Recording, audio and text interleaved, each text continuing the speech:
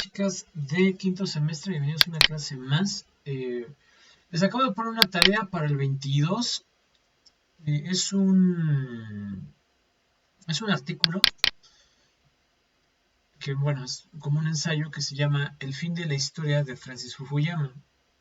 Se relaciona con la perspectiva que tiene Fukuyama de que la historia está hecha a partir de modos de producción contrarios, es decir, en la historia de la humanidad, la mayor parte del tiempo convivimos con diferentes modos de producción, no los abandonamos inmediatamente todos.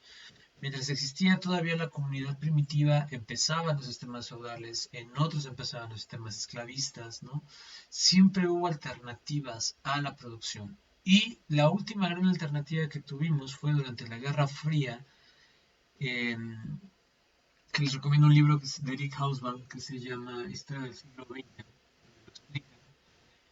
Y en este periodo de la Guerra Fría había dos modos de producción. El comunista por parte de la Unión de Repúblicas Socialistas Soviéticas, que también más o menos algo similar adoptaría China después, más o menos. Y Estados Unidos con el capitalismo y Europa con el capitalismo. Al final, como sabrán y si no lo pueden deducir lógicamente, ganó el capitalismo. Y para él, para Fukuyama, en ese punto la historia se ha acabado, ¿no? Entonces está muy interesante las reflexiones que el autor hace al respecto, que se van a relacionar con nuestra materia en la problemática social. Y lo único que tienen que hacer es hacer una reflexión sobre el texto de dos cuartillas y me la agregan ahí, ¿no? O sea, creo que no es tan complicado. Leer el texto con tiempo, no está tan largo, pero me refiero a no lo hagan solo por cumplir, prepárense un cafecito, un tema, cuando están relajados, tienen más de una semana para hacerlo. Bueno, tienen una semana más o menos. Se relajan y lo entregan. ¿De acuerdo? Sí, sí, profe. Va, excelente. Vamos a. Ay, ¿dónde dejé las clases? Acá. Vamos a continuar. No, ese no. Este. Vamos a continuar. ¿En dónde me quedé ayer, chicos? Chicas.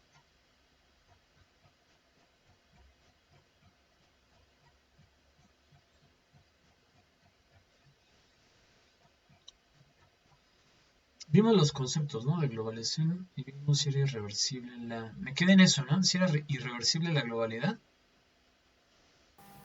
Sí, Vamos a avanzar otro poco. Un poco mucho, pero sí.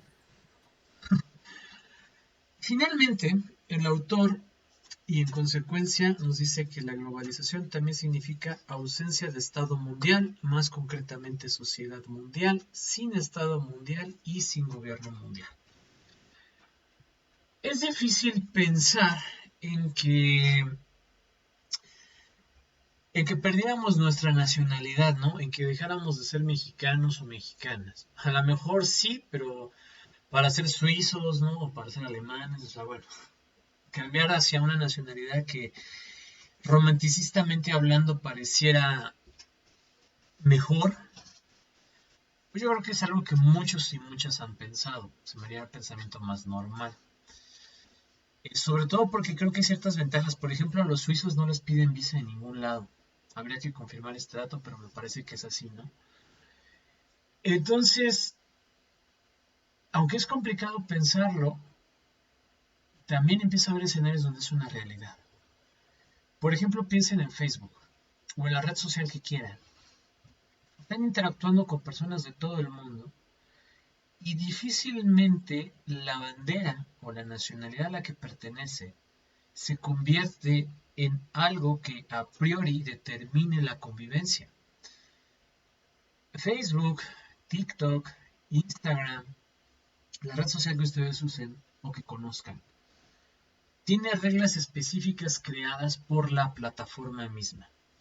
Si tú excedes esas reglas, bueno, te pueden banear, te pueden censurar, te pueden privar, ¿no? De publicar o de comentar por X periodo de tiempo, hasta suspenderte la cuenta, como le pasó a Donald Trump. Aquí la cuestión es que mientras no violes esas reglas, puedes seguir en la plataforma, puedes intercambiar información, convivir, etcétera, pero no estás de hecho bajo ninguna nacionalidad per se. ¿no? O sea, entras a un mundo virtual, a un nuevo mundo. Lo que propone Mark Zuckerberg con la creación y del metaverso, ¿no? Del proyecto Meta, son espacios con reglas propias más allá de las reglas territoriales. ¿Me explico? Por supuesto, Facebook, Twitter, Instagram, TikTok, lo que quieran, respetan normas internacionales y respetan normas de muchos países. De hecho, por eso en algunos países no hay Facebook, no hay TikTok, porque las normas locales lo prohíben. Pero lo que quiero ver es que cada vez es más palpable un mundo sin fronteras, un mundo sin un Estado, ¿no? Un mundo donde no hay un gobierno o no hay una gran cantidad de gobiernos, sino a lo mejor un gobierno unificado. La Unión Europea es un ejemplo, o sea, cada país tiene su propio gobierno, pero se ha creado un nuevo metagobierno, ¿no? Que lo podemos llamar así, que vendría siendo la Unión Europea. No ha servido para muchas cosas, ¿no? O sea, algunas sí, otras no. A veces genera más conflicto que otra cosa, pero ya es un ejemplo de, ¿no? Antes era a lo mejor impensable esto. Hoy en día se ha vuelto parte de la cotidianidad, una vez más, como lo menciono, a través de las redes sociales. La pregunta es, ¿se acabarán los estados? Y hay evidencia de que sí, hay evidencia de que no, no son resultados concluyentes y tampoco son resultados excluyentes. Es decir, ciertos estados pueden llegar a desaparecer. Lo que veremos en los siguientes años, y lo estamos viendo, es que cada vez hay más países en el mundo. No cada vez hay menos, cada vez hay más.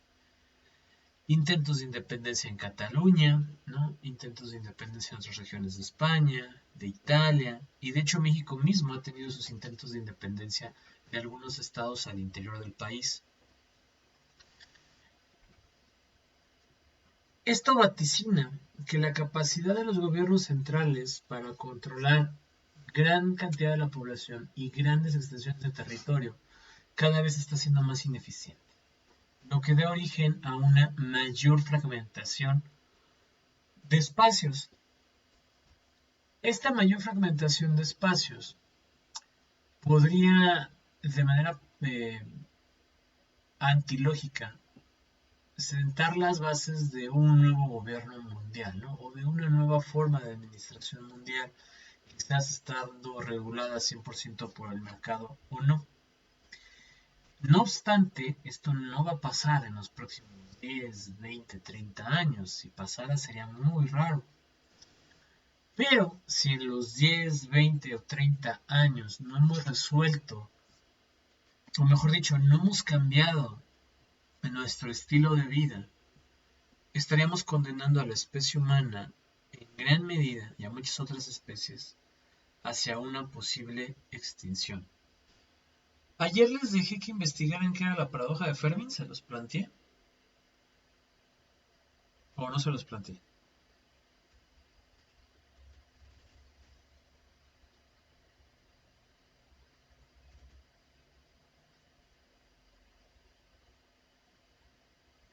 Chicos, Sí, profe. gracias. ¿Alguien lo buscó? ¿Alguien lo checó?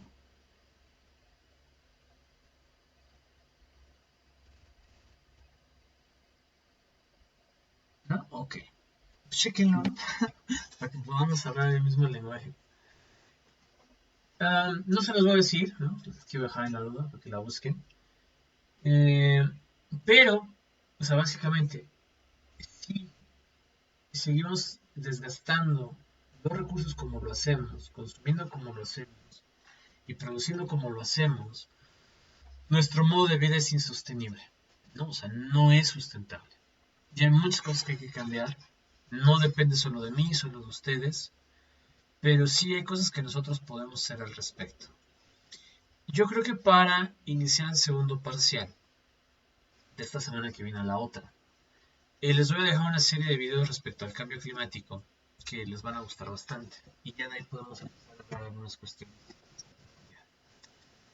En este mismo sentido, para poder llegar a hablar en específico de algunas problemáticas en específico, valga la redundancia, estamos viendo cómo es realmente el sistema mundo, ¿no? Cómo está constituyéndose la economía, la globalización, etcétera.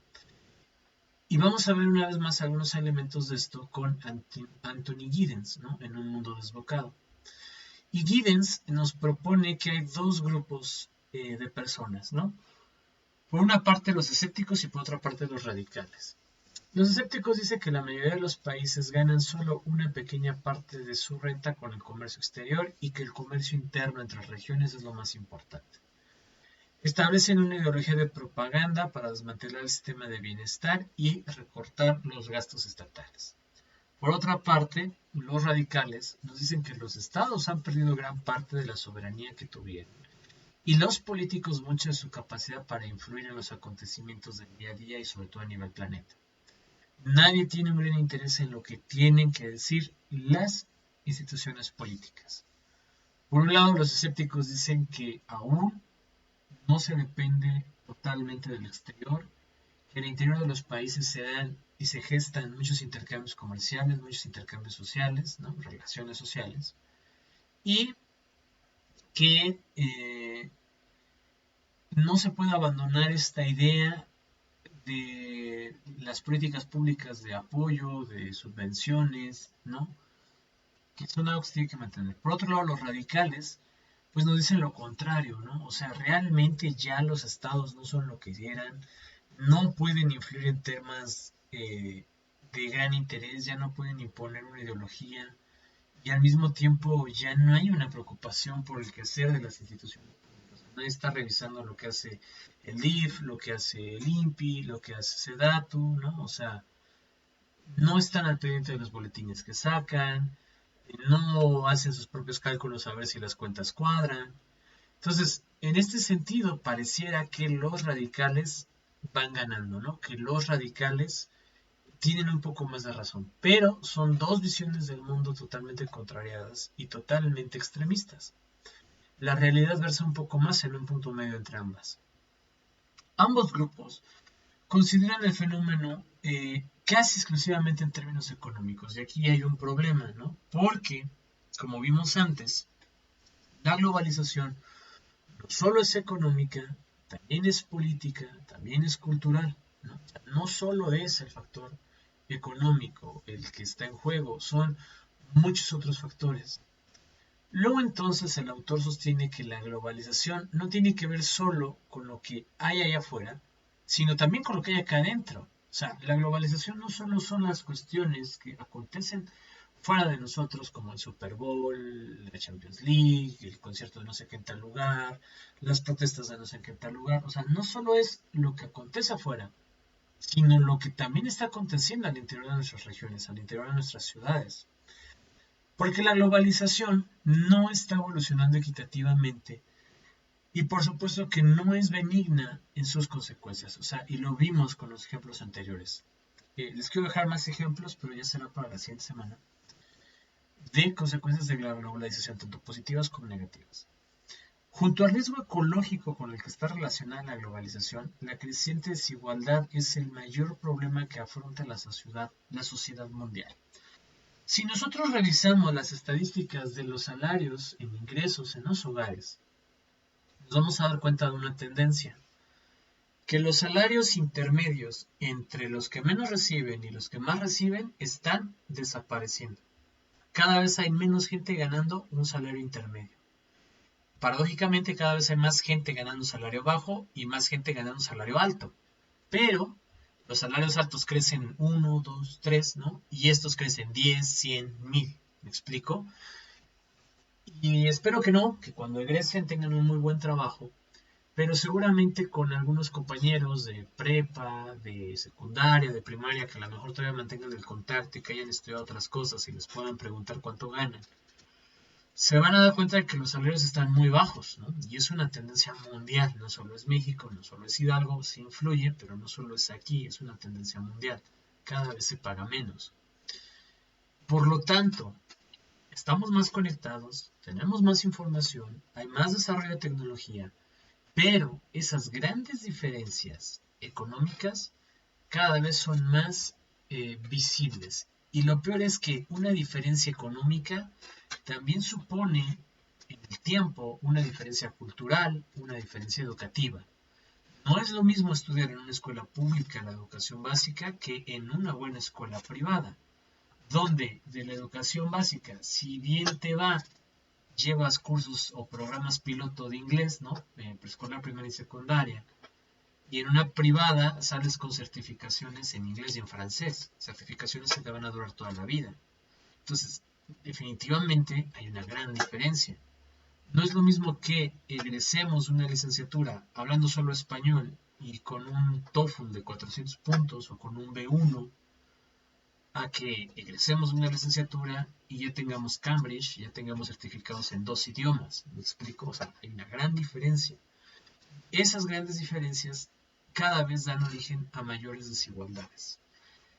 Yo creo que una de las primeras problemáticas que vamos a ver va a ser la desigualdad social. Cambio climático y desigualdad social. Vamos a ir a la par. Muy probablemente la siguiente semana que sea semana de exámenes, programamos de una vez la serie de videos de ambos y algunas lecturas complementarias para que ustedes tengan más elementos y puedan participar ya en las clases cuando estemos abordando estos temas. Y les platicaré también una serie de proyectos sencillos de escritorio que estarán haciendo para el segundo parcial y para el tercer parcial, que no les deben de tomar mucho tiempo, pero que pienso yo que les pueden dejar muchos aprendizajes.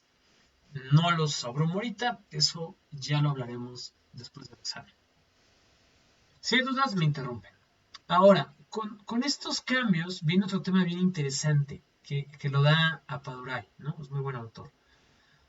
Se llama La vida social de las cosas. Y vamos a ver algunas cuestiones interesantes que insisto una vez más, esto es una base necesaria para comprender el trasfondo de muchas políticas públicas y de muchas problemáticas públicas. Por eso lo estamos viendo. Primer parcial esto, segundo parcial problemáticas sociales, tercer parcial políticas públicas. Así lo vamos a manejar. El intercambio económico crea valor. El valor está contenido en las mercancías que se intercambian. El valor nunca es una propiedad inherente de los objetos, sino un juicio acerca de ellos emitido por los objetos. Simon sugiere que los objetos no son difíciles de adquirir porque sean valiosos, sino porque llamamos valiosos a esos objetos que se resisten contra nuestro deseo de poseerlos, ¿no? Por ejemplo,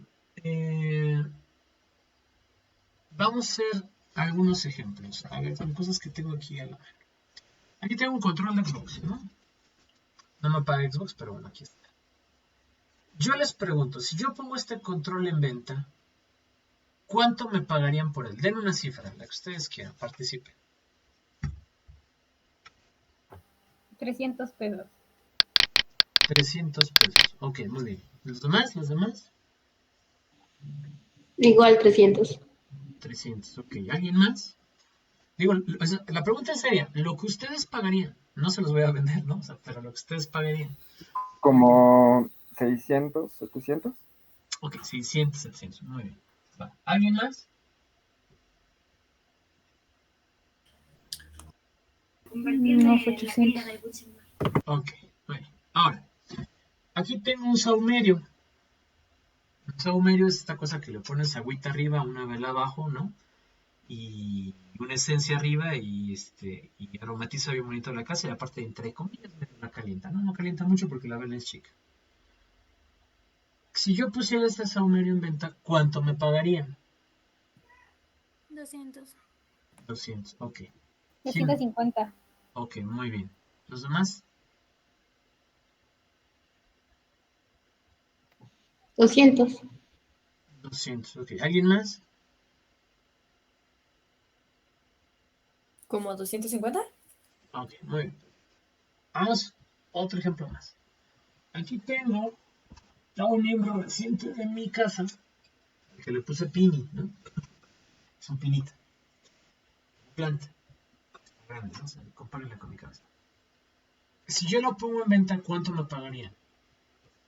300. Ok, 300. 250. Depende, profe. ¿Cuánto me pagarían? Ay, no sé, como 300, 250, 250, Ok, 300. muy bien. ¿Los demás? Como 200. Como 200. Ok. Ya me gustó. Ya, yo creo que voy a poner a vender cosas. Pero Está pesado esa cosa. A ver, uno más. Aquí tengo un CEF, que es una estación espacial de la Estación Espacial Internacional de Lego. A mí me gustan los Lego. ¿Cuánto pagarían si yo la pongo en venta? Ay, profe, pues como esos son muy caros. pues, Como no sé. 500. No manches, como que 500, mija. 800. Ahí tiene su nuevecita aparte. Como 1000. Como 1000, ok. 1500. Unos 1500. Muy bien. Ven, pues 500 y no le digo quién me lo vendió. Bien. Muy bien. ¿Por qué no llegamos a un mismo precio en las cosas? O sea, ¿por qué no me dijeron todos el mismo precio? Porque cada uno tiene un criterio diferente. Bien. ¿Por qué más? O sea, esa respuesta está bien. ¿Por qué más? Por- Porque a uno, ¿cómo se podría decir? De interés. Si le gusta a alguien algo, pues va a dar pues lo equivalente. Pero si no te llama la atención o no te gusta, bueno, no lo comprarías, pero como se pidió un precio, pues lo que tú creas. Ok, me gusta. ¿Alguien más iba a decir algo? También, Yo, profe. A ver, Bueno, Brian primero y luego Brenda. bueno, sí, ya. Sí. Porque cada uno de los objetos que nos presentó pertenece a un mercado diferente y hay en cada mercado diferentes compradores, como por ejemplo los gamers, a los que les gustan los Legos o a los que les gustan las plantas y son diferentes grupos que le dan valor y Ok, es por eso que el cambio de precios.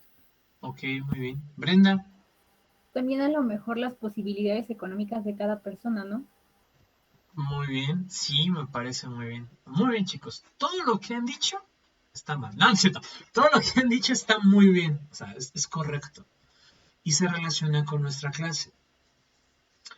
El valor no es del objeto. O sea, nos hacen creer que sí, pero no es cierto. No sé en cuánto están ahorita los controles de Xbox, pero últimamente son muy caros. Este, Tengo la ligera idea de que este creo que me costó como 1500 originalmente, pero si yo lo desbarato, ¿no? Lo desarmo y veo las pilas y los componentes internos, o sea, lo quisiera armar yo por mi cuenta, seguramente es más barato, mucho más barato que 1500. Pero la empresa calcula, uno, que no todos tienen el conocimiento técnico como para armar un control. Dos, los códigos de recepción, ¿no? Porque es inalámbrico también, no los tienen todos. Y no todos son capaces como que de descifrarlos. Tres, saben que aunque yo supiera hacer todo eso, a veces tal vez no tengo el tiempo para hacerlo. Y cuatro, entienden que hay un deseo de mi parte de tenerlo y que en consecuencia estoy dispuesto a pagar X cantidad de dinero. Eso está estudiado, o sea, totalmente estudiado. No soy experto en esto, pero está estudiado. Luego entonces establecen un precio y sacan muchos diseños, en azul, en este verde que a mí me encanta, en negro, que se le ve lo de adentro, que no se le ve, o sea, edición especial de un juego o de otro. Dependiendo de qué tanto tú lo quieras, es lo que vas a pagar, ¿no? Y como dijo bien su compañero, depende de los mercados. A lo mejor alguien que solo le quiere regalar a su novio o a su novia, ¿no? Que no sabe de juegos, un control, pues compra uno y ya, ¿no? Pero a lo mejor alguien que está un poco más culturalizado dice, pues es que esta es la edición especial de 20 años y es más importante. O sea, empezamos a crear valor artificialmente de las cosas. Pasa lo mismo con la planta. Si yo no les digo que es un pino, y les digo que es un Ficus do Brasil, y que son muy buenos para espacios cerrados porque oxigenan y es anti-COVID y todo lo que ustedes quieran, pues van a decir, uy, no, pues unos 500, ¿no? Anti-COVID, no, pues unos 600, ¿no? Y aparte de todo, aleja fantasmas, ¿no? ¿Ven algún fantasma aquí? No, ¿verdad? Aleja fantasmas. Entonces, no, pues 800, ¿me explico? El valor va siendo una construcción artificial de nuestro deseo de adquisición y de qué tan difícil es de adquirir. Por ejemplo, vamos a hacer el siguiente ejercicio. Díganme un platillo de comida normal, o sea, de la que podemos preparar comúnmente en casa, de la que más comemos, que les guste, y luego díganme un platillo que a lo mejor no lo comemos diario, que a lo mejor es más de restaurante o que de una ocasión especial, que también les guste, ¿va? Participen. ¿Quién quiere? O sea, uno de casa, de común, que les guste, y otro de restaurante o de ocasiones especiales que Espagueti. les guste. Espagueti, pero ¿en cuál de los dos? En el de normal, ¿no? El que podemos hacer en casa. Ah, es que no todos hacemos espagueti, ¿no? Pero usted digan, ok, espagueti normal. ¿Y el otro? Tostadas de pulpo. Ah, ok. ¿Ese sería como de restaurante? Sí. Ok, ¿y de casa? Sí, claro. Chiles rellenos. Va, yo les voy diciendo para que no se vea aquí un relajo. A ver, Esmeralda Guzmán. Me dijo espagueti de casa. ¿De restaurante cuál sería? Lasaña. Lasaña de restaurante. Ok, Lasaña. perfecto. Riquísimo. Brenda, Belén, ¿cuáles serían sus platillos? Pues de casa, bistec en chile pasilla. Ay, qué rico. Qué bueno que ya comí, porque si no. ¿Y de restaurante? Ay, profe, me gustan mucho los guajolotes. ¿Los guajolotes ¿O de el un restaurante animal más fino? o la torta? No, las tortitas. Ah, ok, ok. Bueno, Muy bien. Está bien. Excelente. Luz. De casa, chilaquiles y de restaurante, pues, costillas. Ok, muy ricas. Me late. Marifer, ¿usted? De casa, adobo. De restaurante, un tibón. No, ok, carnívora, me agrada. Dayana, ¿usted?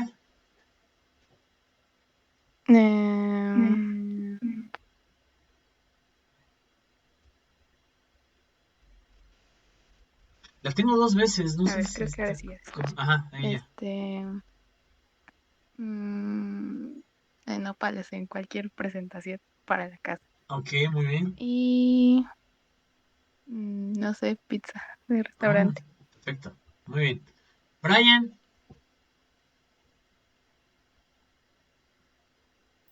Puede ser de casa, a mí me gusta el arroz blanco.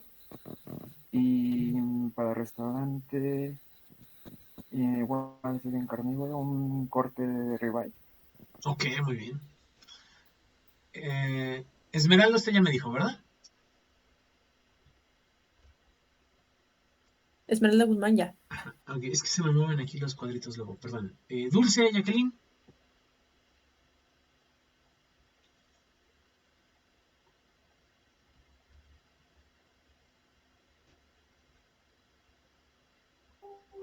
Y en restaurante podría ser, no sé, papas en cualquier presentación. ¿Y de casa cuál era? No escuché.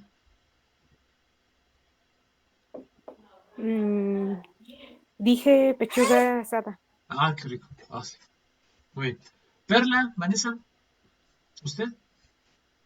De casa hay pollo chino y de restaurante camarones a la diabla. En mi caso sería al revés, ¿no? Pero bueno, o sea, para mí de restaurante sería el pollo y los camarones a la diabla si los preparan bien. Odalis, ¿usted? De casa, enchiladas y de restaurante, sushi. Rico, muy bien. Esmeralda Cornejo. De guisado, pechugas en salsa verde y en restaurante algún corte de carne. Ok, muy bien. Y ya estamos todos, creo, ¿no? ¿Faltó alguien? No. Muy bien. Ahora, la pregunta es la siguiente. ¿Por cuál de sus platillos, de los dos que dieron, pagarían 150 pesos por el platillo? ¿El de casa o el de restaurante? ¿Cuál escogen? ¿A cuál le asignan ese precio? El del restaurante. El de casa. Ok, el de restaurante, el de casa. ¿Los demás, las demás? El de casa. El de casa. Ok, muy bien. Aquí lo raro es que normalmente en un restaurante los platillos son muy caros y en la casa son más baratos. ¿Por qué es esto?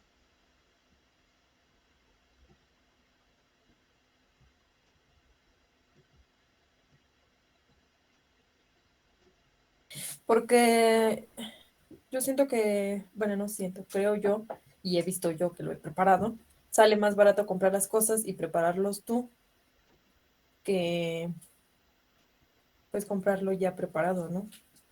En eso estamos totalmente de acuerdo. La pregunta es, ¿por qué comprarlo ya preparado es más caro? Porque te cobran el servicio, bueno, de que lo prepararon. Si es un restaurante, pues también a veces el lujo del restaurante. Ok, de acuerdo. ¿Por qué más? Igual a Porque, veces tiene que ver, ay, Primero perdón, Esmeralda continúa. Guzmán y luego Citlali. Igual tiene que ver a veces por el tipo de restaurante, ¿no? Si es muy conocido el restaurante, hay veces que elevan muchísimo los precios a que si fueras, por ejemplo, a una cocina económica o algo así. Ok. Citlali. porque de repente ir a comer a un restaurante o bueno, fuera de tu casa es como, no es como comida tan común. Yo, por ejemplo, el pulpo, pues sí me gusta, pero no es como que mi mamá diga, ay, hoy voy a hacer un pulpo, porque tampoco le gusta. Entonces, es como de repente, bueno, en mi caso yo lo vería como un lujo o como salir de la rutina. Entonces vas y comes algo diferente, que evidentemente, o sea, sí es lo que lleva, sí es más caro.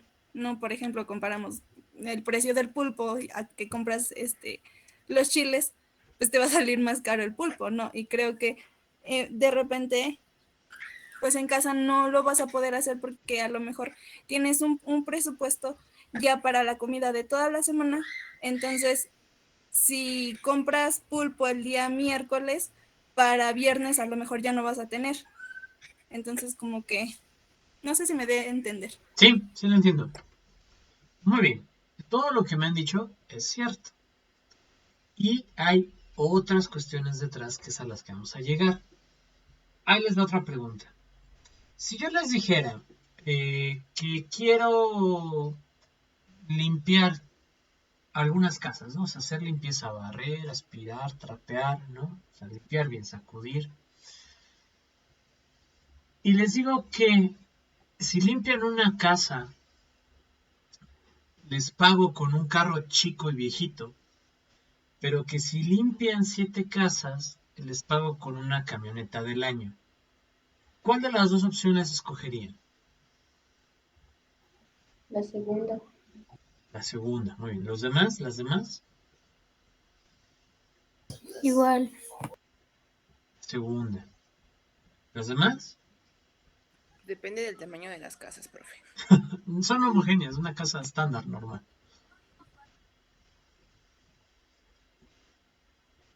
Dos cuartos, un baño, una cocina y una sala a comer. La segunda opción. La segunda opción, ok. No crean que me fui, ¿no? Ay, profe, curioso. Sí, pero no. Revisando nuestra presentación.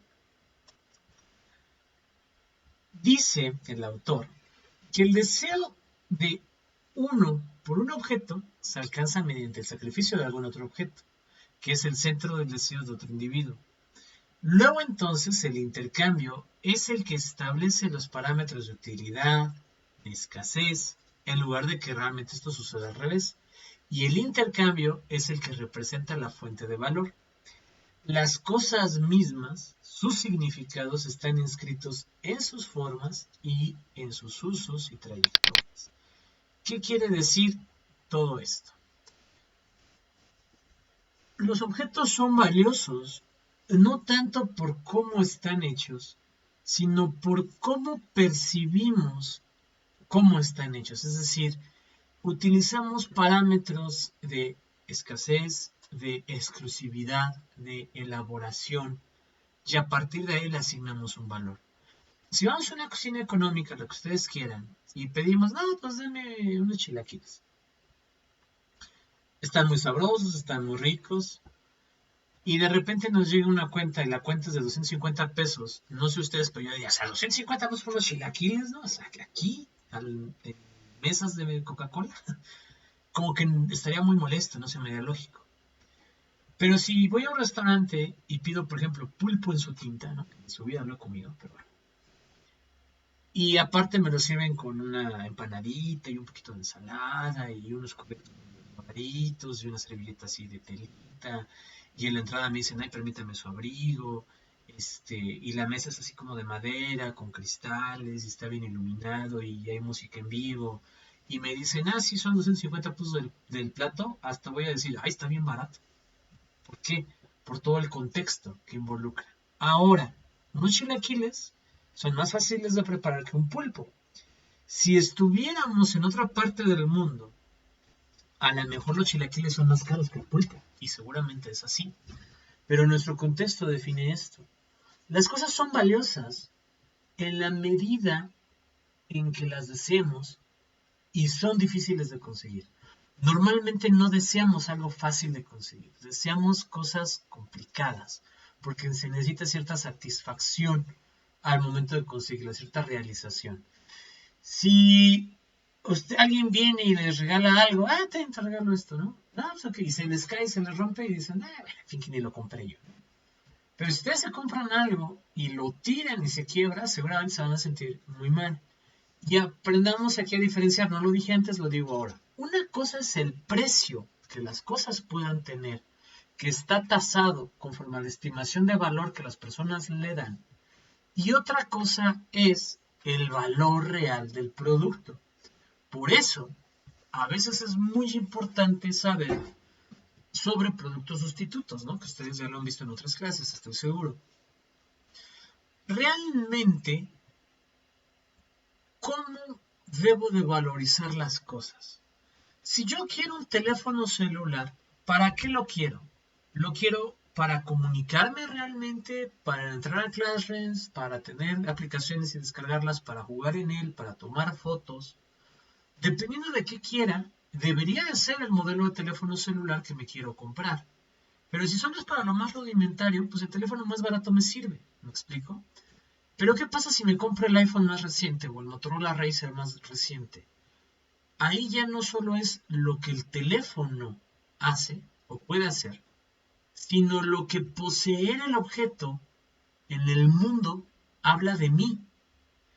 Si yo llego con un teléfono de veintitantos mil pesos en un Camaro, no sé, algo así, dirán, no, es una persona que tiene dinero, es rica. Me van a poner en otro estatus, no van a pensar que los voy a robar. Aunque muy probablemente sí lo haría, ¿no? No yo, el personaje ficticio de este ejemplo. Pero por si el contrario, traigo un teléfono todo estrellado, viejito, ¿no? Pantalones cholos, hablo raro, voy mascando chicle así, y salgo de noche, van a pensar que los voy a querer asaltar, ¿no? ¿Por qué? Porque nos guste o no, hay un estereotipo social de las personas y de las cosas conforme a ciertas conductas, prácticas y usos. Y a veces podemos estar en contra, pero muchas veces ignoramos la gran cantidad de estereotipos que mantenemos vigentes, ¿no? O sea, no nos damos cuenta de. Un ejemplo de esto son los micromachismos, ¿no? Lo pueden investigar. Actitudes que en principio no parecen machistas, pero que podrían llegar a serlo, ¿no? También los microracismos o la microdiscriminación. A priori pareciera no serlo, pero puede serlo, ¿no? Entonces, como vimos el ejemplo de los productos que yo les decía que vendía, ¿no? Que no los estoy vendiendo, solo es un ejemplo. Van a asignarle un valor dependiendo de qué tan importante sea para ustedes. Si yo les dijera, por ejemplo, a ver, ¿por cuánto dinero se cortan una mano? ¿Qué me dirían? ¿Quién me daría una cifra?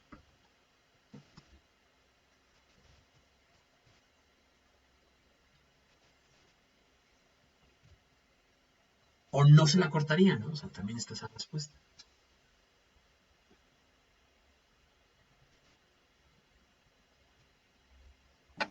No me la cortaría. Sí, yo tampoco, ¿eh? Me da miedo que los demás estén pensando por cuánto me corto. Pero bueno.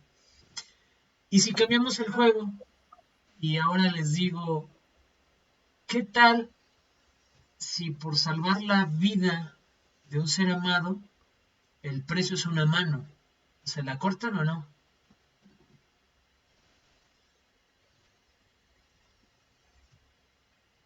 Depende de qué ser amado. No, pues un ser amado, ¿verdad? El más amado. Sí, Pues sí, Brian, yo sí. sí.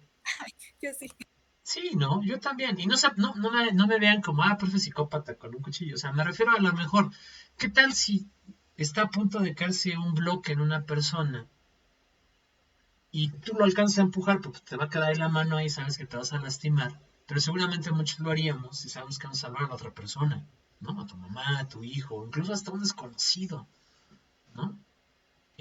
Hay muchas personas, ahí están por ejemplo los bomberos, los policías, que literal no se están cortando una mano, pero están exponiendo su vida porque les parece más valiosa proteger la de más personas. Y son personas muy loables. Y en términos tradicionales digamos, no puedo ponerle precio a una mano. Pero la mano adquiere más o menos valor, ¿no? Dependiendo del contexto. Entonces tengan eso siempre presente. El valor es característico de la persona y del deseo de adquirir un producto, no tanto del producto en sí. Porque para ustedes puede haber cosas que son muy valiosas, para mí no van a valer absolutamente nada. Por ejemplo, aquí tengo un reloj, Timex, ¿no? A lo mejor si yo se los vendo, estos relojes son económicos. Bueno, económicos es un decir, ¿no? pero salen muy buenos. Sí, salen muy buenos. Más o menos, deben de oscilar. Ahí en oferta te puedes encontrar algún modelo como en 600 pesos. Y 602,000 pesos es como el estándar de la media de los relojes, ¿no? Porque hay unos que Timex sí se pasó de las están bien caros, pero bueno, más o menos. Y si alguien me dice, bueno, profe, a ver, yo le doy 3,000 pesos por su reloj, ¿no? O sea, que es más de lo que costó. Y yo les diría, no lo vendo, porque este es el reloj que mi esposa me regaló en nuestra boda, ¿no? Entonces, para mí esto es invaluable, no me lo puedes cambiar por nada. Pues si el día de mañana me dices, no, pues vamos a salvar a su esposa, pero dame el reloj, pues llévate el reloj, no va a valer para nada, me explico, porque mi esposa es más valiosa. Entonces es así, el valor es muy subjetivo, no es del objeto real el valor, sino de lo que el objeto o la mercancía en términos generales, porque puede ser un servicio, una carrera educativa, un coche, una casa, una operación, una cirugía, colocarte uñas, el ponerte ceja, ¿no? O sea, la mercancía toma muchas formas. No depende tanto de cómo está hecho, de cómo está elaborado, sino de lo que para mí representa ese objeto. ¿De acuerdo? ¿Preguntas hasta ahí?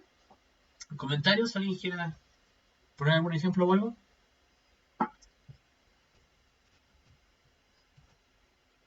No, fue lo mismo que usted dice, nosotros le damos el valor a las cosas en muchas ocasiones, parte de la manera sentimental, como su caso de usted. Bien, muy bien, Alex. Entonces, continuando con esto, el autor nos dice que la mercancía es un producto que está destinado principalmente al intercambio y que tales productos surgen, por definición, y en las condiciones instruccionales, psicológicas y económicas del capitalismo. La idea de mercancía últimamente ha cedido ante la visión neoclásica de la palabra bien, y la expresión mercancía se ha dejado solo para una clase de productos primarios y ya no es el papel central. Y seguramente han escuchado más de, es que hay que tener muchos bienes, ¿no? Es que es un bien, me voy a comprar un carro porque es un bien, voy a comprar una casa porque es un bien, voy a invertir en eso porque es un bien. Es la palabra que más solemos usar, pero realmente no dejan de ser mercancías, cuya finalidad o cuyo propósito fue creado a un mercado, a estar en el intercambio constante, ya sea monetario, ya sea de otra forma. Nos dice que en general las mercancías son vistas como representaciones materiales típicas del modo de producción capitalista, aunque sean clasificadas como insignificante y su contexto capitalista como incipiente. Aunque no lo veamos como tal, todos los productos, todos los bienes, todas las mercancías que ustedes tengan a su alrededor en sus habitaciones, son consecuencia del modo de producción capitalista. Difícilmente tendrán algo que no haya sido o que no haya intervenido un proceso capitalista. Y a lo mejor dirán, profe, yo tengo un suéter que me lo tejió mi tía, mi abuelita, mi mamá, mi papá. Sí, pero el estambre no lo hizo ella, lo compró. Tendrían que ser muy de pueblo originario, ¿no? Lo cual no está mal. Pero me refiero a que estas personas que tienen realmente el conocimiento de extraer las fibras textiles desde las plantas, ¿no? Desde lo vegetal, procesarlas, o el cuero desde el animal, en este caso sería curtirlo, o conocimiento en talabaletería o en peletería, y hacerles algo y que se los hayan regalado. Eso sería un producto no capitalista. Pero todo lo demás tiene una esencia y un entramado capitalista detrás que a veces no lo vemos y que a veces parece insignificante, como, pues el estambre del suéter. Pues sí, lo hizo la empresa tal, ¿no? Pero pues el suéter lo hizo mi abuela. Sí, pero se nutre de insumos capitalistas. Luego entonces nos dice que la idea de la mercancía va a ser cualquier cosa que está destinada a un intercambio. Un intercambio no siempre monetario, y lo vamos a ver ahorita. Luego entonces hay dos tipos de intercambio que se suelen oponer, ¿no? El primero, que se suelen oponer al mercantil. El primero es el trueque y el segundo son los obsequios, pero al final de cuentas son intercambios. El intercambio mercantil, ustedes lo conocen, es el normal, es el donde se está haciendo uso del dinero, hay costo por la transacción, como precios de envío, IVA, otros impuestos, etcétera, ¿no? Membresías para comprar, no sé. Se establece un precio conforme al esfuerzo y el material usado y lo que ya habíamos visto antes, ¿no? Que es, por ejemplo, la demanda ficticia y una moda impuesta. El valor es artificial, es decir, que depende del deseo de adquisición y de los elementos antes mencionados. Ese es el que ustedes más comúnmente realizan, ¿no? Quiero yo pensar.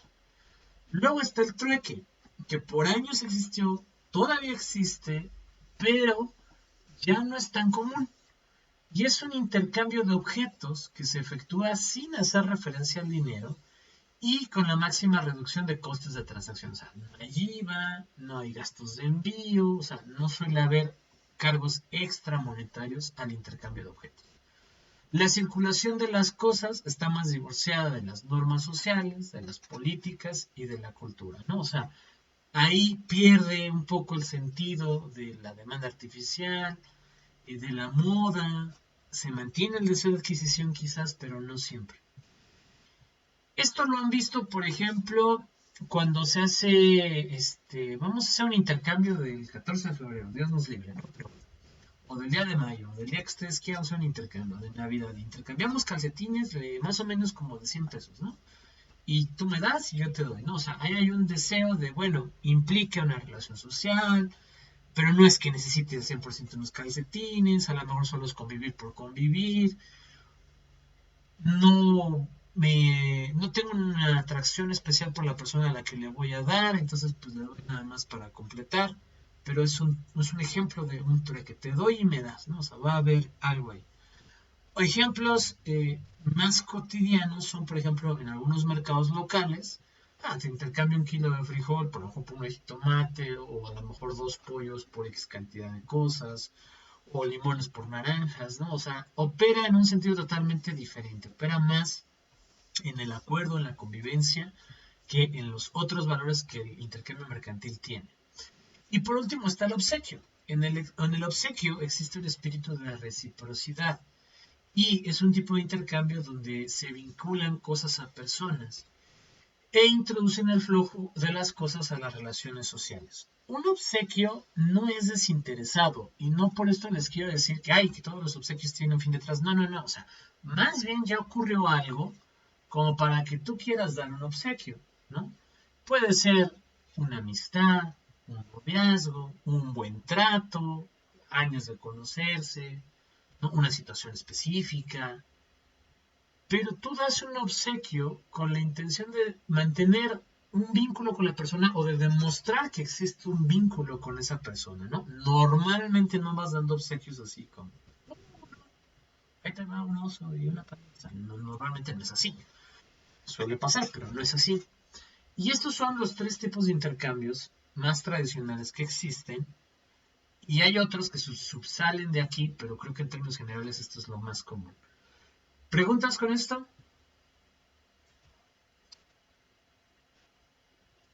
No, profe. Va. Brian, ¿querías decir algo? No, que no tenía preguntas, disculpe, pero todo está bien, gracias. Vamos a la siguiente lámina. Dice, la candidatura mercantil de las cosas es menos temporal que un rasgo conceptual y se refiere a los estándares y criterios que definen la intercambiabilidad de las cosas en un contexto social o histórico particular. Hay 2 tipos de situaciones donde los estándares y criterios que gobiernan el intercambio son tan tenues que parecen virtualmente ausentes. El primero son el caso de las transacciones efectuadas a través de las fronteras culturales, donde lo único que se acuerda es el precio y donde no existe un mínimo de convenciones con respecto a la transacción misma. Y el segundo es el caso de aquellos intercambios culturales donde, a pesar de la existencia de un vasto universo de entendimientos compartidos, el intercambio se basa en percepciones profundamente divergentes del valor de las cosas intercambiadas. En el caso del primero, hacemos un intercambio de un producto por dinero y no vemos detrás muchos de los elementos que hay. Por ejemplo, quién lo elaboró, cuándo lo elaboró, dónde lo elaboró, con qué materiales lo elaboró. Y este caso es algo como ya muy específico. Por eso dice arriba, o sea, son tan tenues porque ya hemos asignado en algún punto un valor a eso y sabemos cuánto vamos a pagar y cuánto no. Por ejemplo, una botella de agua o un garrafón de agua. Dependiendo del contexto y del lugar de cada uno y de cada una, saben qué marca, saben cuánto cuesta o si es de los rellenables, cuándo está caro, cuándo está bien y cuánto van a pagar, pero difícilmente se ponen a pensar en las manos de quienes hacen el garrafón, de quienes lo rellenan, de los pasos de sanidad, o sea, otras cosas que les pueden asignar un valor. Gracias a Dios vivimos en una época y un tiempo en el que normalmente el agua potable no escasea. A veces es difícil conseguirlo, el agua para beber, pero básicamente siempre hay en las tiendas, ¿no? Cuando en algunas zonas en específico, en México y sobre todo en algunas otras partes del mundo, sí ha llegado a haber escasez de agua, ¿no? Y cada vez es un fenómeno que se empieza a agravar un poco más, pero normalmente ya está establecido ese valor. Ahora, en el segundo caso, dice que son intercambios interculturales donde a pesar de la existencia de un vasto universo de entendimientos compartidos, el intercambio específico se basa en percepciones profundamente divergentes. Por ejemplo, si yo les digo, no, pues les vendo otra vez, ¿no? Otro reloj, tengo por aquí. No sé por qué. Les vendo este reloj, ¿no? Un número. Y no, pues pásale, se lo vendo. Y me dicen, pues le doy 200 pesos, profe. Y digo, no, es que, mire, este reloj es el que bendijo Benedicto XVI cuando vino, ¿no? Y mire, aquí hay una foto donde él está, ¿no? ¿Pagarían más o pagarían menos? Como yo no soy una persona religiosa, no pagaría más, pero a lo mejor si fuera una persona religiosa, sí le subiría el precio. Ok, bien. ¿Los demás?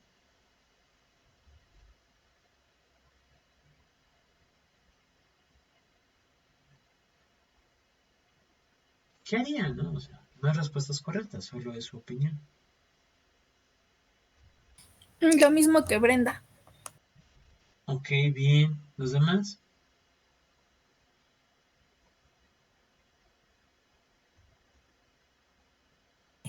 Sí, igual.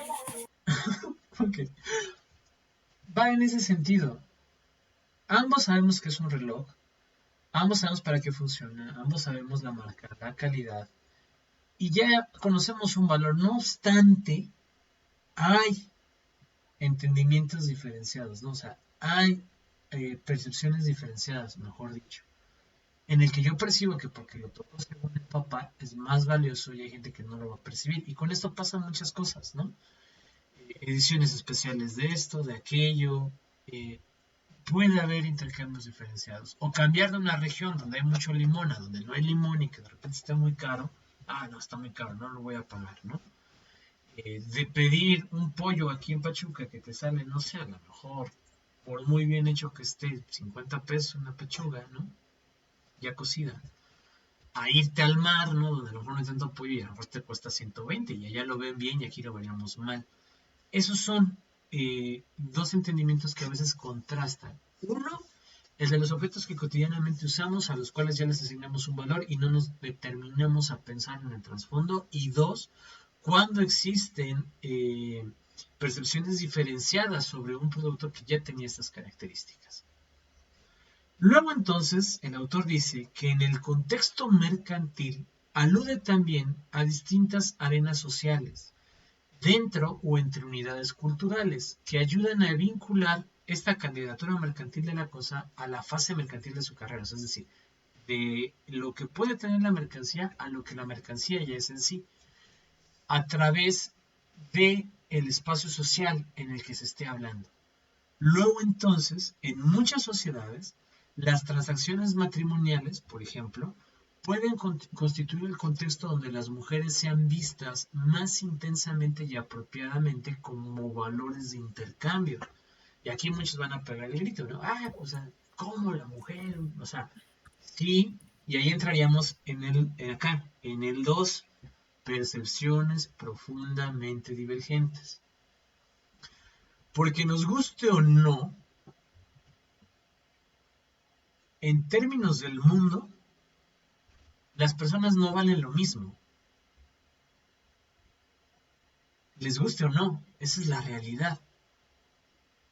Que técnicamente nos gusta usar el discurso, ay no, las personas son iguales y hay que tratarlas por igual. Y yo estoy a favor del discurso, pero otra cosa es la práctica del discurso en la realidad. A lo mejor ustedes en específico no, ustedes quieren ser una excepción. Pero sí hacemos, tristemente, tratos diferenciados dependiendo de muchas cuestiones. Por supuesto, hay quien puede discriminar por condición de sexo, hay quien puede discriminar por condición de preferencia sexual, hay quien puede discriminar, por ejemplo, por altura, por peso, por trabajo, por nacionalidad. Y es algo que no nos damos tan a cuenta a priori de esto. Por ejemplo, en el caso de alguna chica o de algún chico, me podrían decir, no, pero o sea, yo no discrimino ni por creencia, ni por religión, ni por preferencia sexual. Y yo les creo completamente, no pongo en duda eso. Me parece muy bien.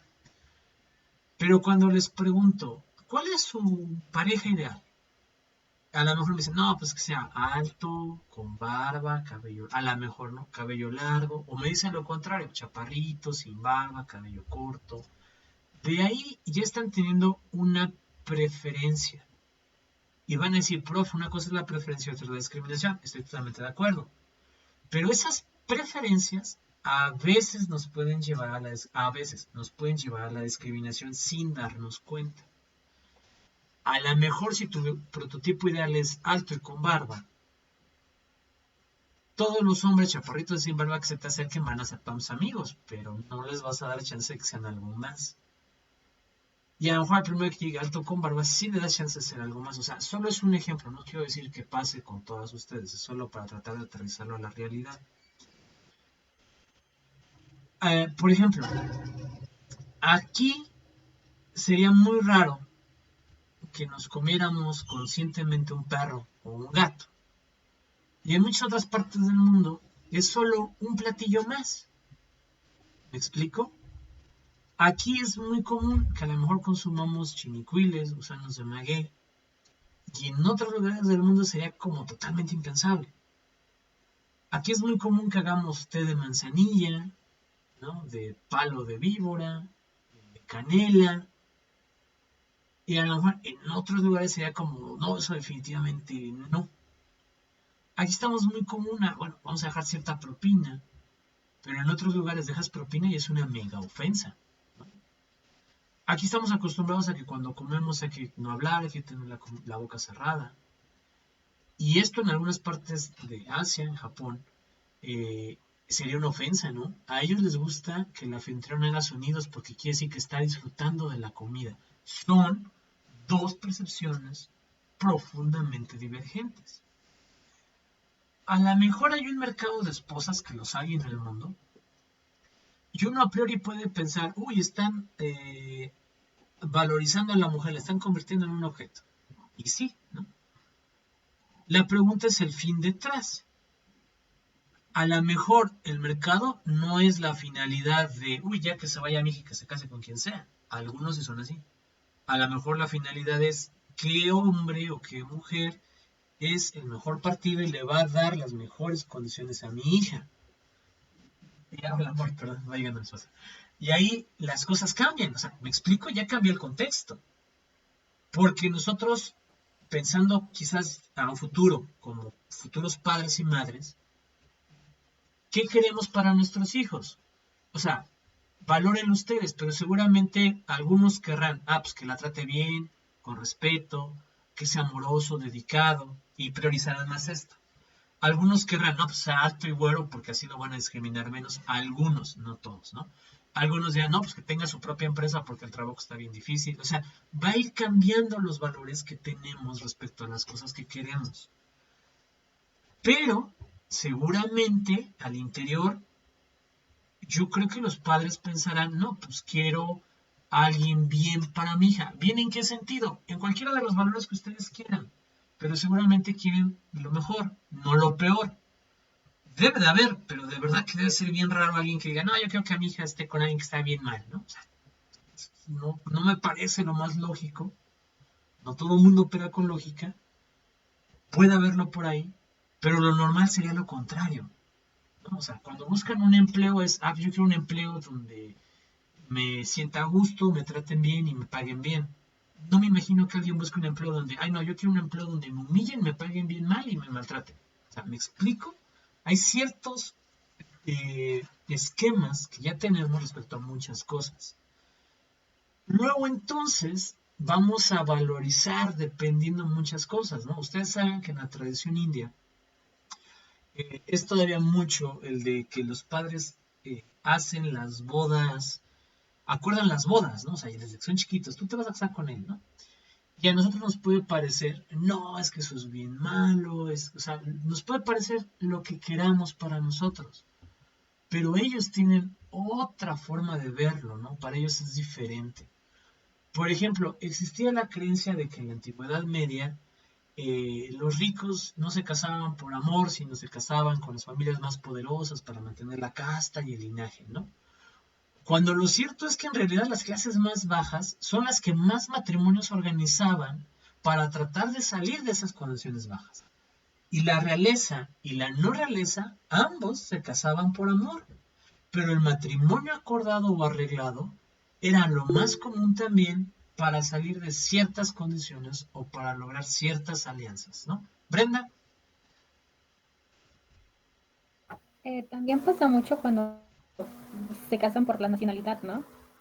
Ok, sí. Que, por ejemplo, se van a Estados Unidos y se casan con alguien de allá para obtener nacionalidad, ¿no? Es un matrimonio arreglado. Y eso a lo mejor nos parece más normal. Ojo, una vez más, la palabra normal no quiere decir bien o mal la mayoría de las veces. La palabra normal adquiere un matiz de bueno o malo casi siempre y únicamente en el sentido médico, ¿no? O sea, ¿cuál es el estándar normal de azúcar en la sangre? Pues entre 80 y 100. ¿Estás normal? ¿Estás bien? ¿No? ¿Qué es lo normal en una persona? Pues que quiere estudiar más. ¿No quieres estudiar más? ¿Es anormal? ¿Es malo? A priori no. Y que quieras estudiar a priori tampoco es bueno, ¿no? O sea, ahí lo normal carece de valor bueno o malo. En lo médico sí. O sea, la normalidad médica es un parámetro muy bueno para determinar cuando un organismo se está comportando de manera sana y cuando no, atribuyéndole lo bueno a estar sano y lo malo a no estar sano. Pero en lo social, lo normal es más que nada es una medida de tendencia, no de tendencia central, una medida de tendencia. Es una normalidad estadística, es solo un número que te habla algo de una sociedad, pero ni es bueno ni es malo per se, ¿no? Adquiere tintes de bueno o malo dependiendo del contexto donde se vea. Por ejemplo, lo normal en Pachuca es que asalten una casa por día. Eso es lo normal, pero pues que asalten una casa es malo, ¿no? Pero que asaltaran dos sería más malo, ¿me explico? Entonces ahí pudiera recaer ciertas cosas, pero en términos de lo social, casi nunca lo normal se asocia a bueno o malo. Es solo una práctica que en algunos lugares es normal, en otros lugares no es normal. Pero los matrimonios arreglados tienen muchos fines. Puede ser que los hacen los padres para unir empresas, para mantener familias, o sea, muchas cosas. Y ustedes pueden estar en acuerdo o en desacuerdo con, pero es la percepción que tenemos acá. A lo mejor como el ejemplo que su compañero nos dio es muy bueno. O sea, cuando te casas con otra persona por la nacionalidad, que a veces es por apoyo, ¿no? O sea, que las personas no se aman, pero se casan legalmente haciendo ahí como un vacío, como algo ilegal, para otorgar derechos. Hasta lo podríamos ver, pues es un buen acto, ¿no? O sea, podríamos ver. Pero el otro de que le escojan esposo a la hija y lo vemos como algo malo, ¿no? O sea, no es siempre así. Las cosas nunca son totalmente malas, totalmente buenas en términos de lo común, de lo social. Porque lo social va adquiriendo muchos matices dependiendo de la frontera en la que estés parado, ¿no? Dependiendo de la región en la que estés parado. O sea, incluso al interior del estado de Hidalgo va a cambiar mucho la percepción respecto a un producto, respecto a un servicio de un municipio a otro, ¿no? Entonces, si al interior pasa, y luego al interior de los municipios, en las localidades, los fenómenos se perciben muy diferentes, pues cuánto y más en países donde no compartimos casi nada, ¿no? O sea, la India y México no tienen realmente muchos lazos en común. El mundo árabe y México no tienen historias en conjunto, no tienen esos intercambios tan cercanos, tan históricos. Por eso algunas conductas de Asia, de India, de Arabia, nos parecen tan chocantes, porque chocan con nuestra realidad y esa es la verdad. Pero hay que aprender a entender que hay culturas y tradiciones diferenciadas y que no es que les pida que la respeten, o sea, lo que les pido es que comprendan que existen y que existen por una serie de contextos históricos que se fueron dando, ¿no? Que se explica a través de, y no por eso está bien o mal per se, estará bien o mal para ti, estará bien o mal para un grupo, pero no es que haya una respuesta buena y una mala, ¿no? O sea, por ejemplo, los derechos humanos, muchos podríamos decir que son buenos, y yo diría que a priori son buenos, pero que en la ejecución son muy malos. O sea, ¿cuántos países no hay con rectificación de derechos humanos, con comisiones nacionales de derechos humanos, y los derechos humanos no se respetan en nada en el país? Véase México. O sea, ¿de qué sirve que según estemos a favor de los derechos humanos si no se hace nada por? Y a lo mejor países que no están a favor de los derechos humanos, en algunas cosas están mejores que nosotros, como en la protección a huérfanos o a viudas o a niños, ¿no? En el mundo árabe, en algunas cosas. Entonces, vuelvo al punto, en el sentido del valor de la mercancía, en los juicios de valor, en la discriminación. No siempre es consciente la discriminación. No siempre tiene caracteres de bueno y malo las cosas. Lo normal no quiere decir que sea bueno en la mayoría de los casos, ¿no? Y dependiendo de la tradición y de la cultura, los intercambios, los acuerdos comerciales, en el que tristemente puede llegar a entrar un matrimonio, porque no deja de ser un contrato en términos legales, van a tomar muchos matices diferenciados. Hasta este punto, ¿preguntas, comentarios?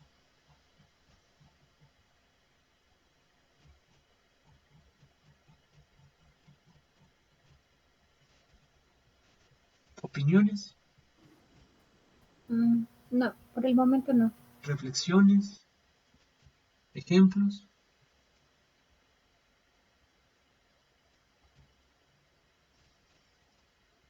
Nada, noticias. Algo extra clase. ¿Alguna historia que contar?